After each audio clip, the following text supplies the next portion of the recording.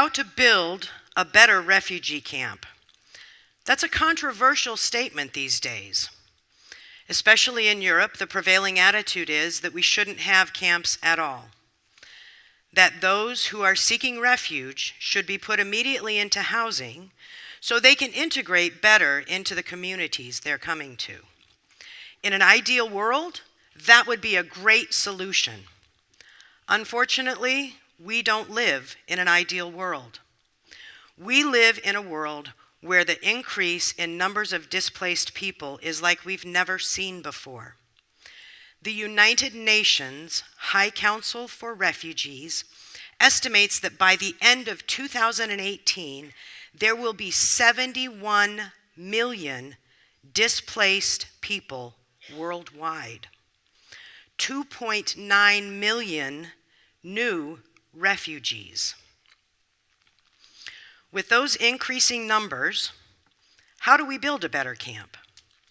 Well, just 5 countries host 1/3 of the population of refugees, 8.5 million. And those 5 countries are all developing nations. Of the remaining numbers, only an estimated 1.5 million are hosted in European Union countries. In 2015, the population of the European Union was 508 million. So that's a minuscule number for Europe. The Rohingya refugee crisis has created large numbers of new displaced people. But still, 57% of refugees come from only 3 countries. South Sudan, with 2.4 million, Afghanistan, with 2.7 million, and Syria, with 6.3 million. And the causes of this massive movement of people are wars, violence, and persecution. And unfortunately, I don't see those stopping anytime soon. So, with the intensification of movement and the inability to provide housing right away, how do we build a better refugee camp? In May of 2016, I arrived in the Inofita camp. I was not an expert on refugees. My training is in disaster relief coordination and long-term community rebuilding. I didn't know what a refugee camp was supposed to look like, so I worked off the premise that they were human beings first and refugees second, and we built a community. The first step was to conduct a census to see who the people were and what skills they had brought with them when they fled their homes. The next step was to organize a community meeting where we met with all of the adults to discuss what their needs were and how we could help provide those needs. We did make one important distinction from the first day. We never referred to the people who lived in our camp as refugees, migrants, or asylum seekers. We always simply called them residents. After that first meeting, the community got together and organized a leadership team. They, in turn, worked with us to provide the programs that they wanted to see and help in the implementation of those programs. We created spaces and activities with their help and involvement. This led to some interesting spaces, to be sure. For example, we had a chicken coop with 140 chickens in it that were taken care of, eggs collected, and distributed among the residents. By trying to use the skills and abilities they already had, this allowed them to help in building their community. And by helping to build their own community, it gave them a sense of dignity and independence that many of them had lost on their journey. So the first services that we provided were a volunteer medical team to take care of the medical needs. The second thing we did was facilitate cooking for the residents. Our food, for most of us, defines our culture. And I know that since I'm speaking to an audience of mostly Italians, you absolutely understand that concept.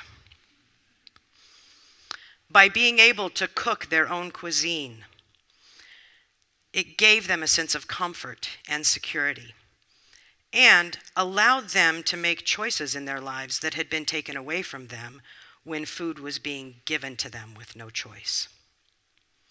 The next thing that we did was create a school. 40% of the children in the camp were school-aged. 40% of the camp were school-aged children. And we had several teachers among the residents. This one act of getting things on a schedule and allowing the children to start learning lowered the tension in the camp measurably. The next thing we did was begin to provide women's activities, and then we looked to fill in the necessary services like psychological counseling, protection services, vocational, language opportunities. Do Your Part didn't provide all of these services ourselves. We're a small organization and didn't have the staff. Instead, we cooperated with other small organizations to come into the camp and provide those services. What we found as we went along was, as important as it is to provide for the physical needs of the residents, giving them the opportunity to help provide for themselves was far more important to their psychological well-being. It's a fact that by using their skills and abilities, we give them an ability to stay on a good track. It's a statistical fact that those who are in camps for a long period of time take much longer to reintegrate and find work once they are given asylum and allowed to move freely on with their lives. So we provided jobs, and they worked in areas like the barber shop, the beauty salon, the gym, the sewing center, the warehouse, the food distribution team, the cleaning team. And these activities gave them a sense of independence and stability that they had lost. So, one of the things that we have in the current community center that we run is 6 volunteers who used to be tailors in their home country. We provide them sewing machines, and they use the materials from the tents they used to live in and from donated clothing, and they create bags. We use those bags to help fund the programs that we have in Greece. But that's not all that happens. The fact that they're continuing to work in their chosen profession means that once they receive their asylum, they will be able to show a CV that says, I've been working at this profession even while I was an asylum seeker. As a matter of fact, 3 of our former tailor volunteers have received asylum and have now found positions in sewing centers and are able to support their families.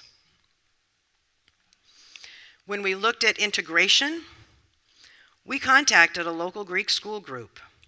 We brought Greek children into the camp to do activities with the children in the camp. They did theater, they did play games, they played football. We also had a Greek organization come in and teach our residents how to cook Greek typical food, and then had shared meals across the communities. Inofita is in a farm area, so we contacted local farmers, and many of our residents were able to receive seasonal jobs. These activities helped the local population to understand that the residents in our camp were people just like them, and to reinforce the idea that they were human beings first and refugees second.